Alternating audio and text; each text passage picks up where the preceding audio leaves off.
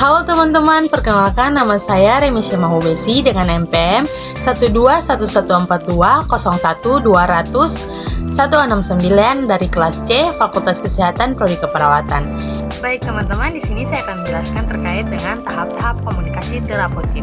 Teman-teman, komunikasi terapeutik merupakan bentuk keterampilan dasar untuk melakukan pengkajian dan memberi penyuluhan kesehatan dan perencanaan perawatan. Yang kedua, komunikasi terapeutik mempunyai tujuan dan fungsi sebagai terapi pada klien. Karena itu, melaksanakan komunikasi terapeutik harus direncanakan dan terstruktur dengan baik. Ya, tahap-tahap komunikasi efektif. Yang pertama, ada pre-interaksi. Yang kedua, tahap orientasi atau perkenalan atau interaksi. Yang ketiga, tahap kerja. Dan yang keempat, tahap terminasi. Yang pertama, saya akan menjelaskan terkait dengan pre-interaksi. Pre-interaksi merupakan masa persiapan sebelum berhubungan dan berkomunikasi dengan pasien. Yang kedua, langkah-langkah yang harus dilakukan perawat yang pertama yaitu evaluasi diri atau persiapan diri masing-masing, seperti mengeksplorasi perasaan, harapan, dan kecemasannya, menganalisis kemampuan yang dimiliki, kemudian menganalisis kelemahan yang dimiliki, dan kondisi emosional dalam keadaan baik atau stabil. Kemudian yang kedua, penetapan tahapan hubungan atau interaksi. Pengumpulan data tentang klien sebagai dasar dalam membuat rencana interaksi. Yang ketiga, rencana interaksi. Membuat rencana pertemuan secara tertulis yang akan diimplementasikan saat bertemu dengan klien atau materi yang akan digunakan.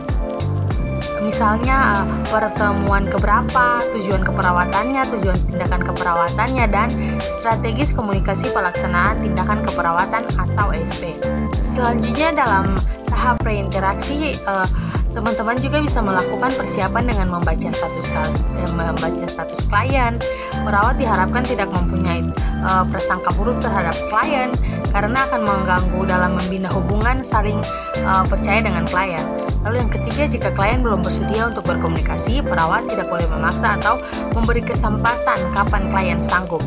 Kemudian yang terakhir, pengaturan posisi duduk dan teknik yang akan digunakan dalam wawancara harus disusun sedemikian rupa guna memperlancar wawancara klien dan pasien, teman-teman. Kemudian teman-teman, kita masuk pada tahap orientasi. Yang pertama, teman-teman harus mengetahui langkah apa saja yang harus dilakukan perawat atau tugas perawat pada fase ini. Yang pertama, membina BHSP, menunjukkan sikap penerimaan dalam komunikasi terbuka. Untuk membina hubungan saling percaya, harus bersikap terbuka, jujur, ikhlas, dan menerima klien apa adanya.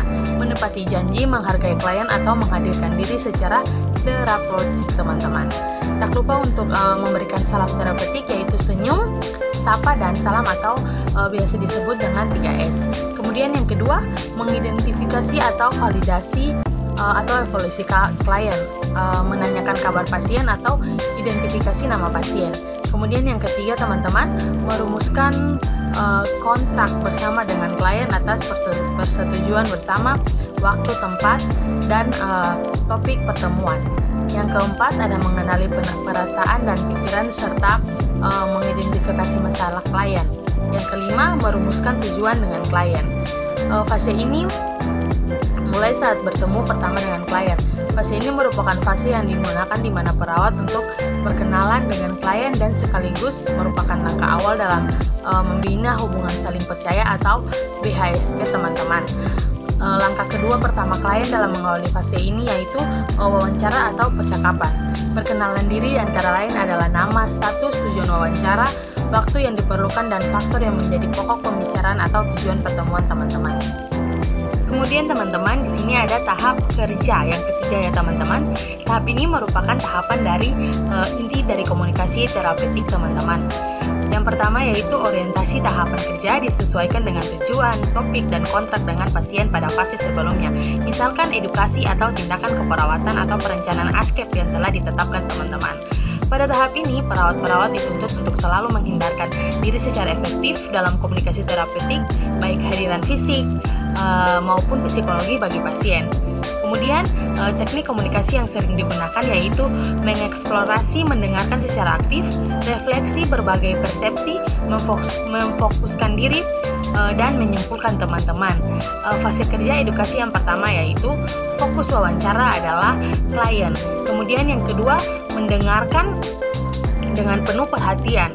Lalu yang ketiga, menanyakan keluhan yang paling dirasakan oleh klien. Yang keempat, menggunakan bahasa yang mudah dimengerti oleh klien. Yang kelima, gunakan pertanyaan terbuka dan tertutup pada klien.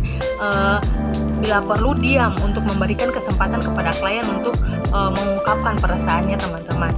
Yang ketujuh, jika situasi memungkinkan, kita dapat memberikan sentuhan terapeutik yang bertujuan untuk memberikan dorongan spiritual kepada klien, teman-teman. Kemudian selanjutnya ada terminasi, teman-teman. Terminasi merupakan akhir pertemuan perawat dengan pasien. Yang pertama yaitu terminasi dibagi menjadi dua ya, teman-teman. Terminasi sementara dan terminasi akhir. Yang harus dilakukan perawat pada tahap ini yaitu mengevaluasi pencapaian tujuan keseluruhan tahapan atau tahap kerja atau evaluasi objektif, teman-teman. Evaluasi objektif atau menanyakan perasaan klien setelah berinteraksi atau melakukan tindakan tertentu. Menyepakati tindak lanjut terhadap interaksi yang telah dilakukan, membuat kontrak untuk pertemuan selanjutnya ya, atau tempat, waktu, dan tujuan interaksi selanjutnya, teman-teman. Kemudian selanjutnya, teman-teman, perawat mempersiapkan untuk penutupan wawancara. Untuk itu, klien harus mengetahui kapan wawancara akan berakhir dan tujuan dari wawancara pada awal perkenalan, sehingga diharapkan pada akhir wawancara, perawat dan klien mampu menilai keberhasilan, dapat mengambil kesimpulan bersama. Jika diperlukan, perawat perlu membuat perjanjian lagi untuk pertemuan berikutnya bersama dengan klien. Fase ini terkadang sulit. Jika saling percaya pada tahapan optimal, terminasi bisa pada saat mengakhiri fase kerja atau tugas dan juga saat klien akan pulang, teman-teman. Ya, teman-teman, sekian dari hasil penjelasan saya tentang tahap-tahap komunikasi terapeutik, teman-teman. Semoga bermanfaat. Terima kasih.